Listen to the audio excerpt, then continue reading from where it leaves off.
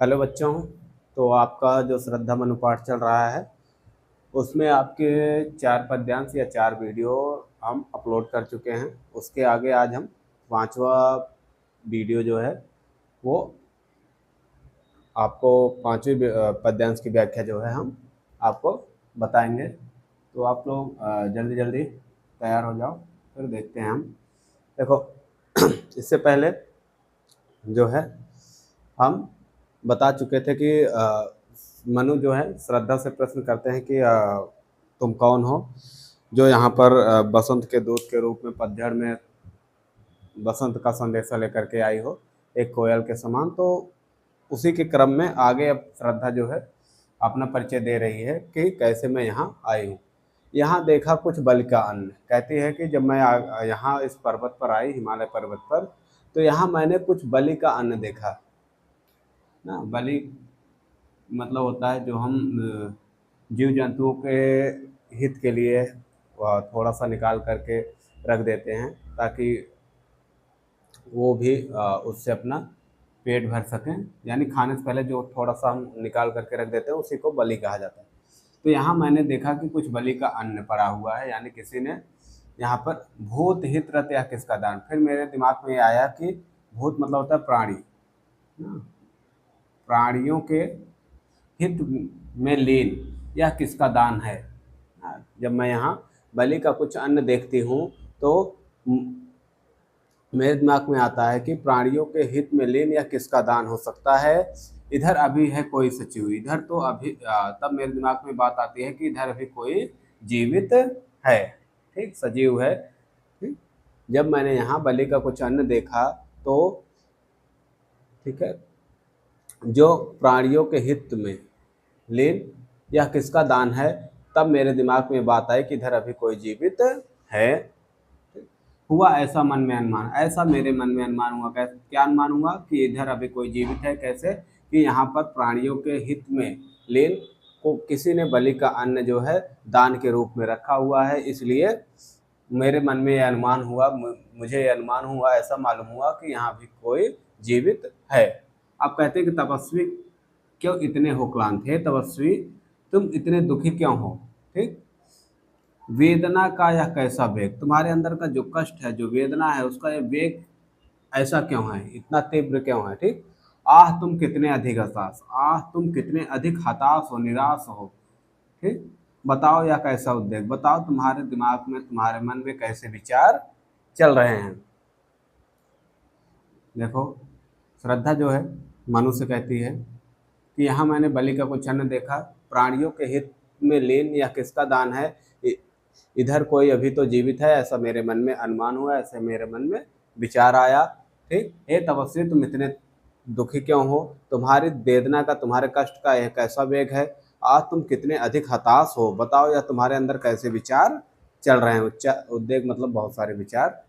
ठीक, बताओ तुम्हारे अंदर कैसे विचार चल रहे हैं। दुख, आप समझाते हैं, दुख की यहाँ की पिछली रजनी बीच विकसता सुख का नवल प्रभात। कह रहे हैं कि दुख रूपी रात्र के बीतने के बाद सुख रूपी नया सवेरा विकसित होता है। ठीक, नवल प्रभात मतलब नया सवेरा। ठीक, दुख की पिछली रजनी बीच, दुख की पिछली रात के बीच, दुख रूपी पिछली रात के बीच में ही सुख रूपी नया सवेरा विकसित होता है। यानी दुख की जो रात होती है वो बीतती है और नया सुख रूपी नया सवेरा आता है। अब कह रहे हैं कि एक पर्दा या झीना नील ना, जो नीला आसमान है इसे एक नीले पर्दे के समान समझो, छिपाए है जिसमें सुग्गा, जिसमें बहुत जो अपने अंदर ना, इस नीले पर्दे के अंदर या नीले आसमान के अंदर छिपाए हैं जिसमें सुग्गा, जिसमें शारीरिक सुख है, शरीर रूपी सुख, बहुत सारे शारीरिक सुख छिपे हुए हैं, जिसे समझते हो तुम अभिशाप, जिसे तुम अभिशाप समझ रहे हो, जगत की ज्वालाओं का मूल, और संसार की जितने कष्ट हैं, जितनी ज्वाला है उसका मूल समझ रहे हो। इसका यह रहस्य वरदान हो, कभी मत जाओ इसको भूल। हो सकता है कि वह ईश्वर का रहस्य रूपी वरदान हो, तुम इस बात को कभी भूल मत जाना। ठीक,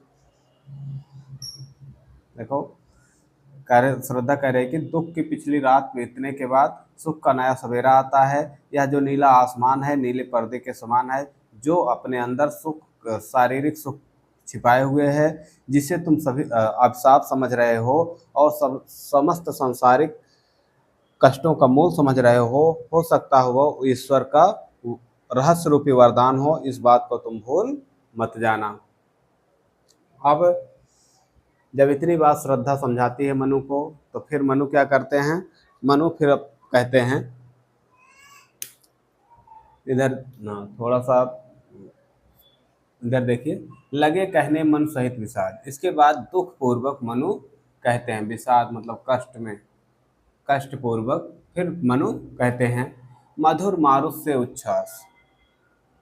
मधुर मारुत, मारुत मतलब होता हवा ना यार, मधुर हवा से ये उच्छ्वास, उच्छ्वास मतलब जो उनकी सांसें बाहर आती हैं, ठीक, आह भरते हुए, मतलब जो श्वास को बाहर फेंकते हुए, अधिक उत्साह तरंग अबाध, उनके अंदर अधिक उत्साह था और अबाध तरंगे, बहुत सारी तरंगे, बहुत सारे विचार चल रहे थे, उठाते मन में सविलास, उनके मानस में, उनके मस्तिष्क में सविलास, विलास पूर्वक बहुत सारी आबाद तरंगे उठ रही थी और अधिक उत्साहित थे। लेकिन किंतु जीवन कितना, फिर कहते हैं किंतु जीवन कितना निरुपाय, लेकिन जो जीवन है कितना निरुपाय है, लिया है देख नहीं संदेह, इसमें कोई संदेह नहीं है, मैंने देख लिया, क्योंकि मेरे सामने सारा संसार जो है वो जलमग्न हो गया, कोई नहीं बचा, सारे के सारा सारी जो सृष्टि है उसका नाश हो गया।